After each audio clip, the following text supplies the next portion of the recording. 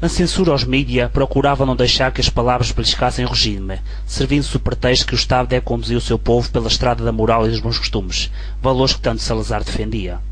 Dependendo do Ministério do Interior e a partir de 1944 do Secretariado da Propaganda Nacional, a censura prévia funcionou enquanto aparelho repressivo que legitimava a ação do governo, controlando a imprensa, o teatro, a rádio, o cinema e mais tarde a televisão, introduzida em Portugal em 1957. Visava assuntos dos mais variados níveis, desde políticos a morais.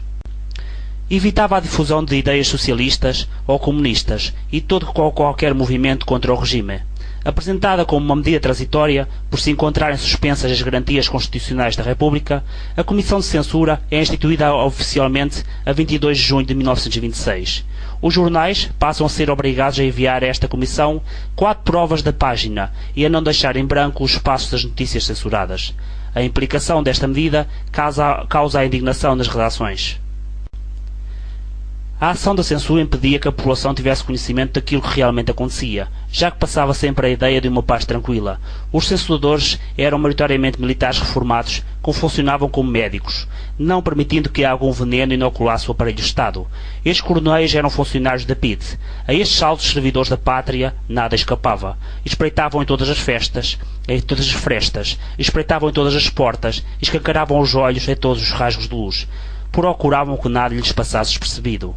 Os jornalistas tinham de ser ardilosos para escaparem a estes coronéis, mas os tentáculos do regime não lhes facilitavam a tarefa. Foi a Constituição de 1933 que deu a força que Salazar necessitava para alimentar o seu regime, que se manteria por quase meio século. Esta Constituição, ao proibir os partidos políticos e as greves, estabeleceu a censura e criou a polícia política. Esta polícia foi prioritariamente chamada de PVDE e depois, em 1945, passou a designar-se por PIDE. Começa assim a saga do Lápis Azul, que conhecerá 2 momentos. Um até setembro de 1968, sob a alçada de António de Oliveira Salazar e com a designação de Comissão de Censura. Quando, a 27 de setembro de 68, Salazar é afastado do poder, Marcelo Caetano sucede-lhe e a censura ganha o nome de Comissão de Exame Prévio. Das artes ao desporto, da política à religião, da sexualidade à moral, os funcionários da censura procuravam que nada lhes escapasse. Toda a palavra que pudesse beliscar o regime era arriscada por um lápis azul. Notícias que pudessem trazer lá fora novos valores e ideias de vanguarda eram censuradas. Livros ou filmes que não respeitassem os valores pátrios eram simplesmente proibidos.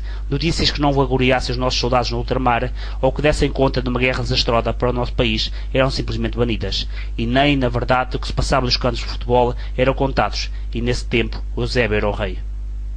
Em Portugal também não existiam homossexuais, nem prostitutas, nenhuma doença contagiosa nos atacava e o nosso povo não conhecia a pobreza, e não se sabia o significado da palavra toxicodependência.